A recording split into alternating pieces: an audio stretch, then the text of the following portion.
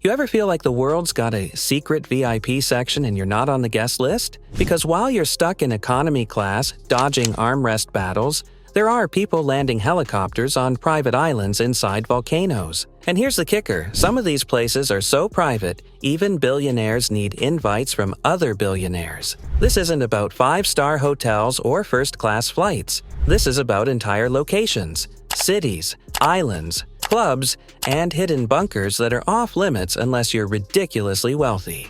Places where a glass of water costs more than your rent. Places where the security guards make more than doctors.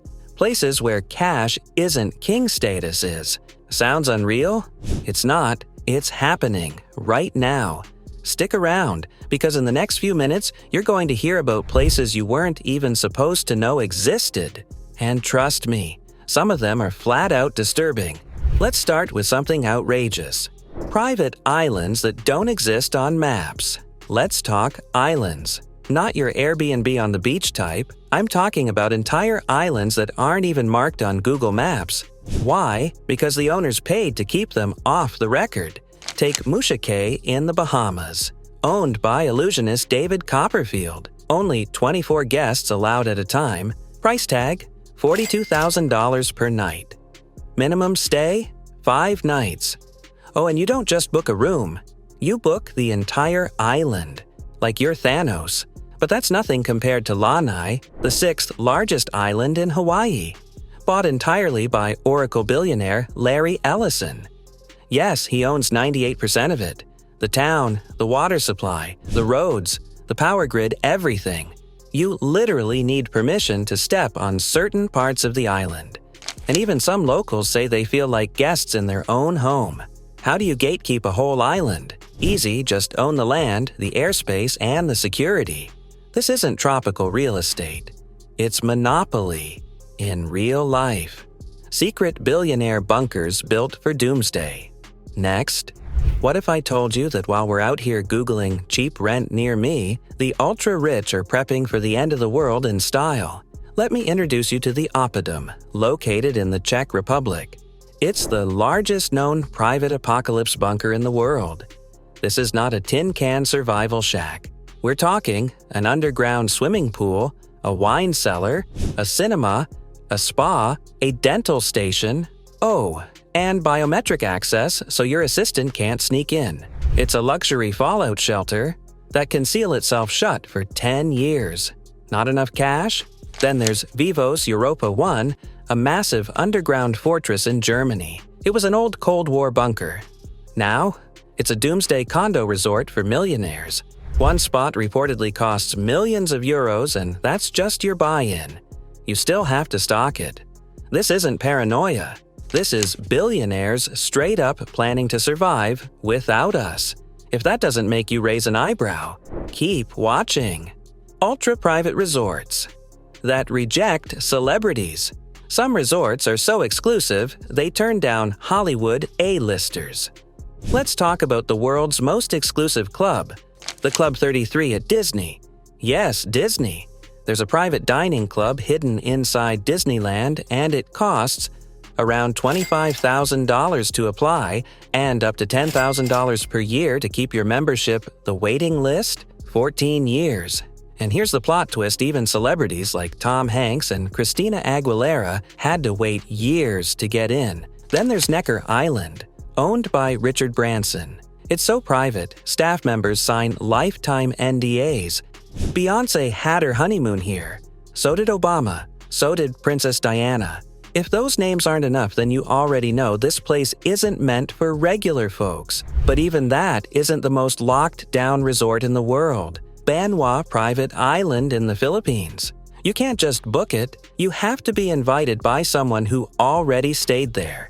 And it costs $100,000 per night. That's right, $100,000 for one night. You could buy a house or get one night of coconut water in a glass villa. Your call. Rich people ghettos, the gated cities. Now let's talk about something creepier, entire cities built just for the rich. Ever heard of the Bishop's Avenue in London? Locals call it Billionaires Row. There are over 60 mansions on the street, and more than half are empty, vacant, boarded up. Ghost homes. Why? Because for the ultra-wealthy, it's just a place to store money. The house? A literal bank account made of bricks.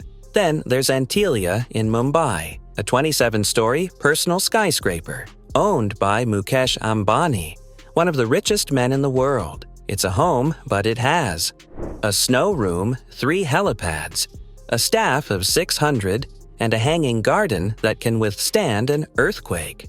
Meanwhile, just outside the building are slums, real poverty, rubbing shoulders with unimaginable luxury. The contrast is so sharp, it's practically offensive. What kind of world builds castles next to cardboard shacks? A very real one. Schools that cost more than colleges and start at age 2. Think your school was expensive? There are schools' nurseries that cost more than Harvard, like the Children's Academy in New York City. Tuition for toddlers? $57,000 per year.